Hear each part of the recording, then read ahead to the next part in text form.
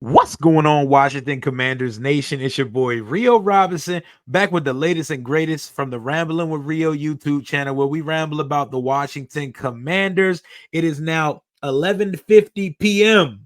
on Friday night, the 11th, and Washington just wrapped up its first exhibition preseason game, inaugural game of the Josh Harris era of the Washington Commanders, and they did it in victorious fashion. 17-15 victory. Not like the result really matters in a preseason game, but I'm not going to lie. I was pulling for us to win this one. I wanted us to win this game because it was the first time Josh Harris was in person, not in the owner's box, owner's suite. He was one row behind the bench in Cleveland tonight, and he was smacking high fives with fans, and every time they put a microphone in front of him, he said something that gave me chills, gave me goosebumps as a fan. Like he said, oh, stop telling me it's my team. This is the city's team. Goosebumps immediately. But let's talk about what took place on the football field tonight. First things first, weather delays. Complete absolute nonsense. Like, I need a prerequisite to all stadiums built in the future for the NFL. Have at least a retractable roof. At least a retractable roof, because there is no reason for sitting an hour and waiting for a football game to start because some lightning happened. Bro, get a convertible, bro. Put the top down on your stadium, bro. When we get a new stadium, 100% going to be a domed stadium. Translucent, retractable. I don't care what you do. It's going to be a roof on that motherfucker when we get a new stadium here. But let's talk about what happened for real, when the game finally took place. This game's ending at almost midnight. If the rain delay didn't happen, we would have been to sleep by now. The game would have finished at about 10:30. But let's talk about what we've seen on the football field. We'll start with the positive things we love to see. Sam Howell, starting quarterback, QB1 for our Washington Commanders, ended the night 9 of 12 for 77 yards and a touchdown. Beautiful touchdown. Jahan Dotson put the cornerback in a blender. No, correction, safety. He even said it. Don't put a safety on me. That's a bad idea when you put a safety on me. Han was talking that talk. Back to Sam Howell. Despite the fact that he was under duress almost every snap tonight, he looked good. He looked calm. He looked poised. And he looked under control. There were no turnover-worthy plays from Howell. And he was dealing. He was getting the ball where it needed to be. There were a couple plays where I feel like if he let the ball go on time, it would have been a completion rather than an incompletion, or the receiver would have had more chances to do something after they caught it. But you get an A in your first start for me, Sam Howell. First and foremost, the offensive line gave him zero chance, and he still was making shit happen. On the first drive of the game, immediate momentum. First down catch, first down with your legs, rolling to the left side, mobility, poise, rocket arm. Love to see it. Throws a beautiful pass to John Bates on a lovely play design by Eric Bieniemy, scheming up a tight end to be ass naked open along the right sideline. John Bates misses it before Andrew Wiley is also called for holding on the play. We're going to get to things we don't love to see in a second, because there's a very glaring thing that we knew was going to be a problem, but we got to see it in 4K for the whole world to see it in just a second. But back to Sam. Fourth down conversion, absolutely big time. Faced the pressure, rolled out, still made a throw. He's making throws across his body. He's making throws at different angles, and the touchdown grab was nice, man. He put it in a place where only Jahan was getting it. Jahan had to make a little bit of an adjustment. It was a beautiful catch, and then he wiggled his way into the end zone. Love to see that Sam Howell, Jahan Dotson connection growing. So you can give Jahan Dotson a game ball as well. These guys have been throwing to each other since the combine. They came into the league together, and it is a tandem you need to pay attention to. More things that we do like. Emmanuel Forbes, the praying mantis himself, number 13, coming off the corner and getting a huge tackle in the backfield on 3rd and goal, setting up Montez Sweat to get the tackle for loss. that ended Cleveland's initial drive, a drive where they walked right down the field on the defense. Y'all gonna starting defense. Y'all gonna hear from me in just a second. Emmanuel Forbes didn't give up any catches, clean sheet, and showed he's a willing tackler, throwing his little skinny ass pads in the mix and showed that dog mentality. Emmanuel Forbes, things we love to see. Chris Rodriguez, he only got 8 carries, but he only had 5 carries, but he had almost 8 yards a carry. The boy runs hard. Early signs were that he may not be in shape. He looked in shape tonight. He runs with his pads ahead of him, north to south, very decisive. He's going to get some carries this year. The rookie class, for the most part, they were showing up and showing out in a good way. Chris Rodriguez, things we love to see. Also, things we love to see. Cole Turner, Logan Thomas nursing an injury. Cole Turner made a huge play on the 3rd and 4th down, setting up the touchdown to Jahan Dotson. Cole Turner looks the part. I'm sure he would have corralled the pass that John Bates missed across the sideline. John Bates is the blocking tight end. Cole Turner, please develop into our main dynamic pass-catching tight end in that room. The room desperately needs it. Starting with things we don't love to see. Y'all all know what's coming. Y'all already know what's coming. Chick Hernandez and Brian Mitchell in the booth. No, I'm just kidding. But no, they were bad. I love Brian Mitchell and Chick Hernandez. Love them both. They were awful. I swear they got drunk during the weather delay because Chick Hernandez might not have got one person's name right on the first try tonight, and Brian Mitchell was just saying all kinds of shit. They was definitely taking shots in the Cleveland mezzanine when the weather delay was taking place. But no, back to my real things we don't love to see. The goddamn offensive line, Jesus Christ, it was bad. Starting with Andrew Wiley. 2 holding calls in 10 snaps is one of the nastiest lines I've ever seen a right tackle have in a preseason game. 2 holding calls in 10 snaps. 1 holding call blew a drive, and the other holding call gave up a safety. So the only points we gave up in the first half was because of Andrew Wiley getting beat like a snare drum and drum line almost every play that he was in the game.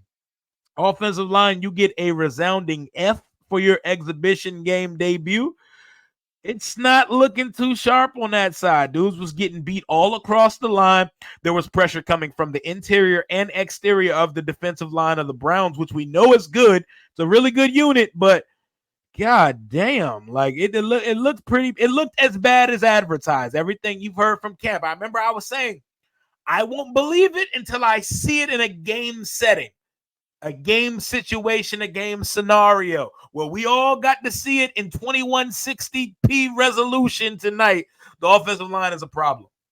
But if they give this kid time to throw the ball, the offense is going to be booming because we have the weapons, and it looks like we have a guy that's competent behind center.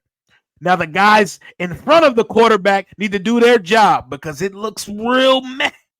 I don't see why we don't have Dalton Risner and a couple other offensive linemen on the tarmac at Dulles Airport as we speak, because we've heard all camp the rumblings about O-line, and I've been giving them every benefit of the doubt in the books. Oh, they weren't in pads. Oh, this, oh, that.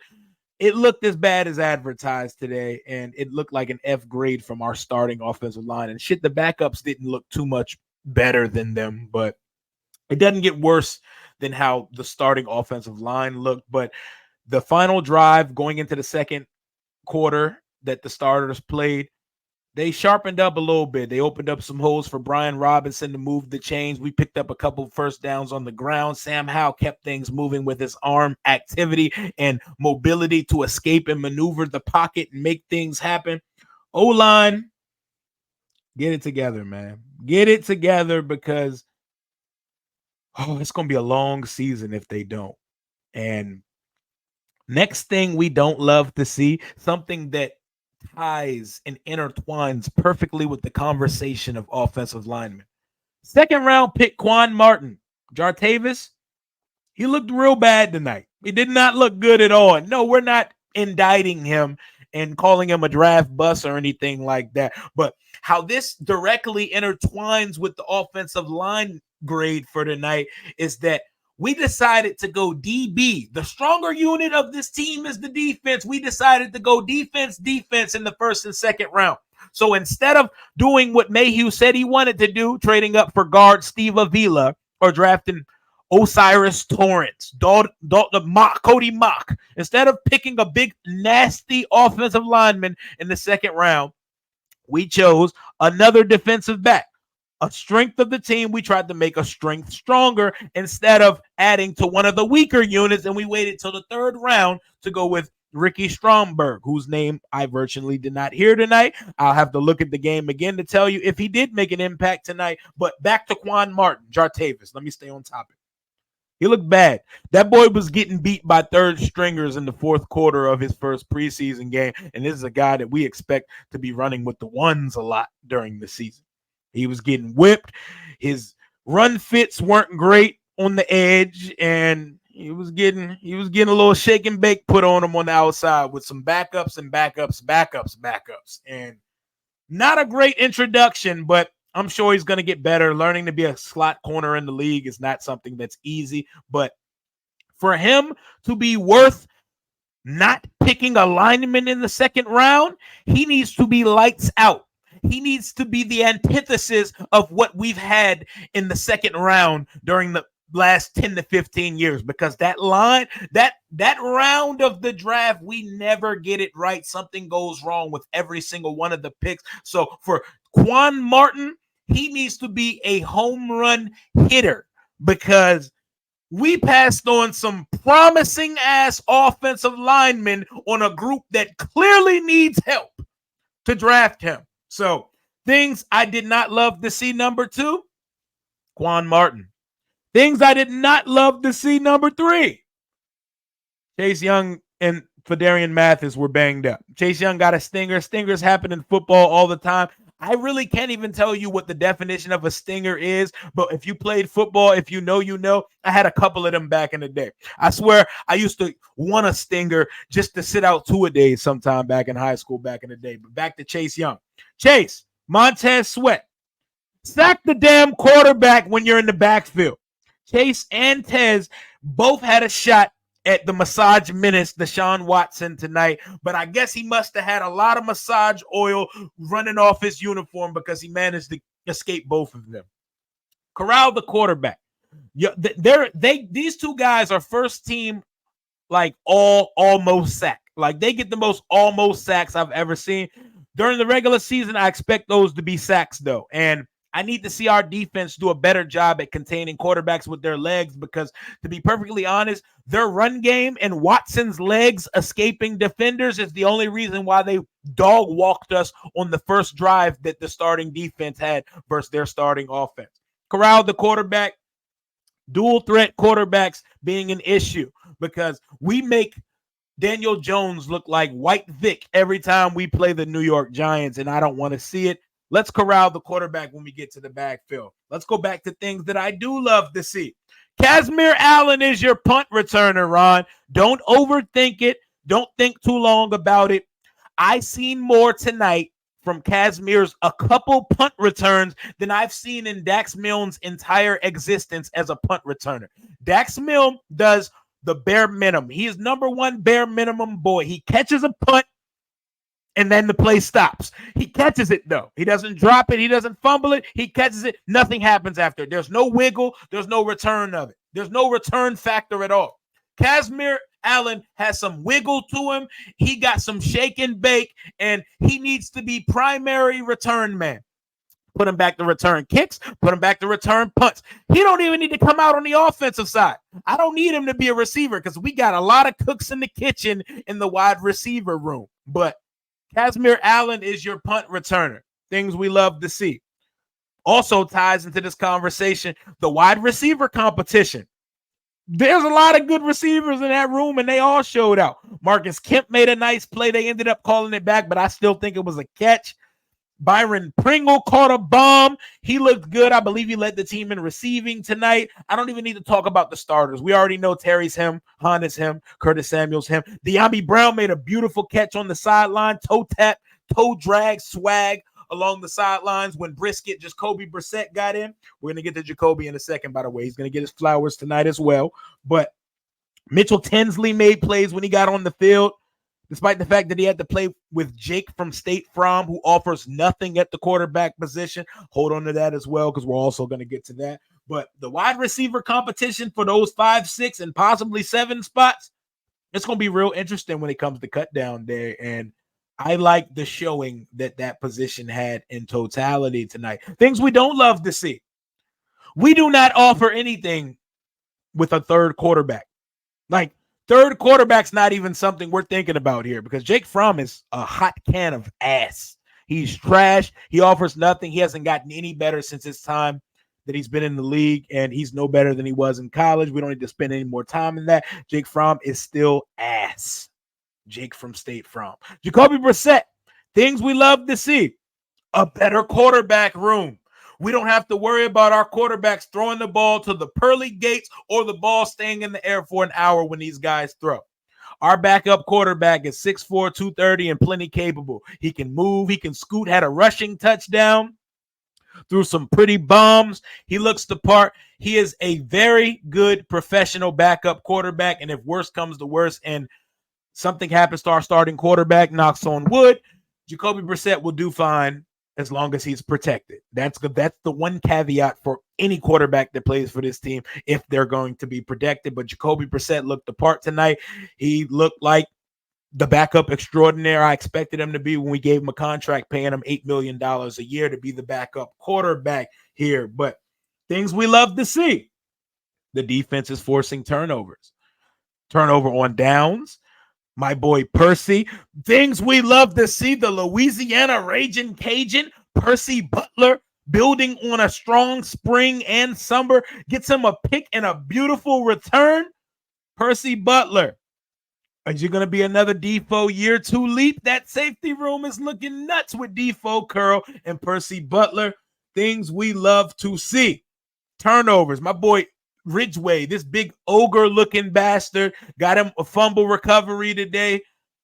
Flipping the field will be a huge, huge thing for Sam Howell, because if the defense can give him short fields and make his job and life easier, then I don't really see how this team is not a playoff team in 2023. But I'm going to wrap this up because I don't want to spend too long on a preseason game, especially a game I've only watched one time. I'm pretty sure I'm going to pick and prod and watch this game more times than I should, being an exhibition game. But I'm going to definitely watch it a second and third time to get more clarity on what I saw. But these are my initial raw reactions from immediately reacting to the game ended. Like, the game ended, the last second ticked off the clock. I immediately opened the computer up, pulled the microphone out, and said, let's talk about the game tonight. But let me know what you guys loved, what you guys did not love, and tell me, air out all your grievances about the offensive line, because that should be everybody's main concern, number one.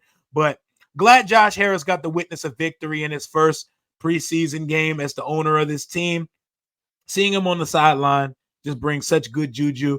In a preseason where I never care if we win or lose, I actually cared and wanted us to win the game tonight. I caught myself kind of sweating when Kellen Mond's sorry ass almost tied the game up at the end. But like what I saw, there's some glaring issues that need to be figured out, and we have a monumental week coming up where we go up to Owings Mills to the Under Armour training facilities to practice with a Super Bowl contending Baltimore Ravens roster. That is going to be huge for Sam Howell, for this offensive line, and for this team in totality. I'm excited to talk about these joint practices next week. That's all I got for right now. I'll have some more content out before the end of the weekend. The team is back at practice, I believe, on Sunday.